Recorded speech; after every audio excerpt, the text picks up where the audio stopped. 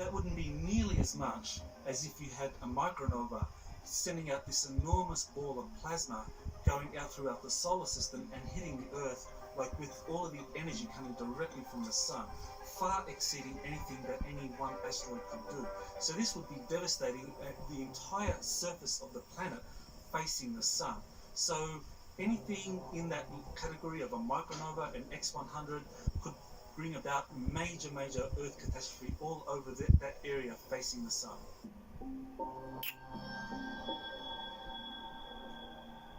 What about our governments prepping for this or letting the American public know that this event may be coming up in the near future? Will they keep it a secret from us? They'll keep it a secret. They plan to, although it's starting to come out now because we're getting so close to the time period, the next decade. But for decades, they've been spending a certain percentage of the gross national product of each country on building these underground bunkers to help people survive. And there are going to be people that are given golden tickets, and they're brought down into these places. I mentioned that these solar sneezes, that we kind of jokingly call them, occur on a cyclic basis, and they've happened back into antiquity. And we have information that a army whistleblower is being prepared to come forward to bring a lot of very interesting information about what they've been doing in the Grand Canyon. A lot of people, if you study the U.S. Army's activity in the Grand Canyon, they took over that area a couple hundred years ago and took a lot of it away from the natives, of course. What they found is a cavern system that goes deep down into the earth, just giant cracks, basically, that go deep down into the earth that you can navigate fairly easily. And they open up into larger caverns. And in those larger caverns, they found big adobe villages that were built, broken pottery. It was very obvious that a population had survived there for the long term. And they found a lot of other interesting things, including giants with elongated skulls. And that's information that I'm told that this U.S. Army whistleblower is going to be bringing out very soon. And I don't think they're going to be contacting me. They may contact you guys or someone else out there. But they're being prepped. Do you think this is preventable? Any kind of technology would be able to prevent the polar shift? No, this is a natural cycle. This happens to be a solar system that has a very turbulent cycle. And we reported on this information in our movie Above Majestic, which we talked with you about before. It's on iTunes and Amazon. And we're going to be expanding on this topic greatly in our follow-up to Above Majestic.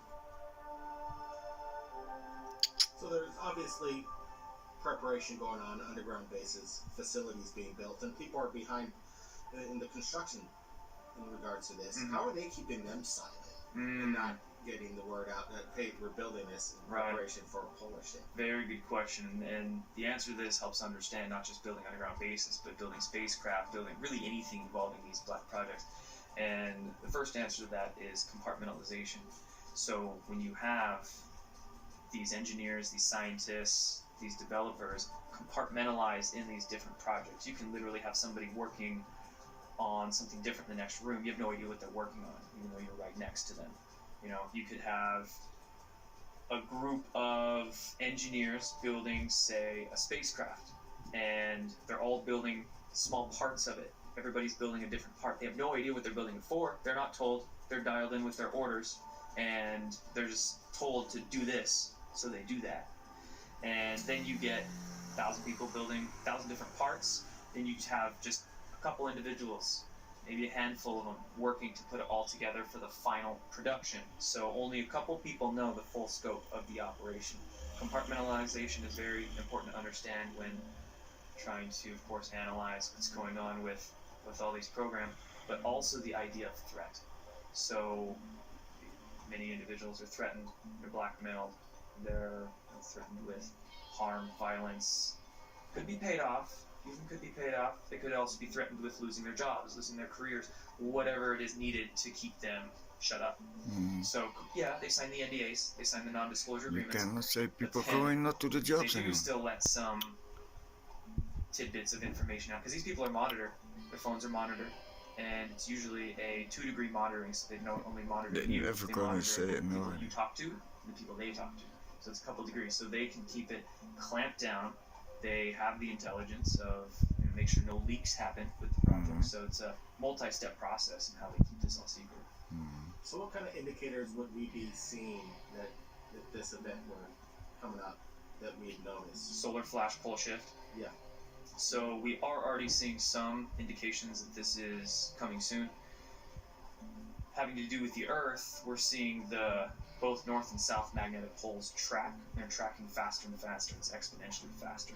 So they just had to totally redesign the world geomagnetic model because of how fast these poles are shifting. So not just that, but they also found that there's these particles being emanated from Antarctica, neutrinos, I believe they are. This has never happened before. Could that be new cosmic rays coming in? Some sort of symptom that we're moving towards this solar flash. And then also there's all sorts of plasma, electroplasma anomalies we're seeing on this Earth. Noctilucent clouds are one.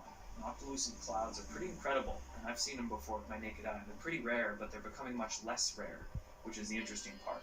Noctilucent clouds are not really clouds, like water vapor. They're actually ionized plasma up in the atmosphere, and it's 50 miles up, which is 10 miles higher than the highest water vapor clouds, cirrus clouds.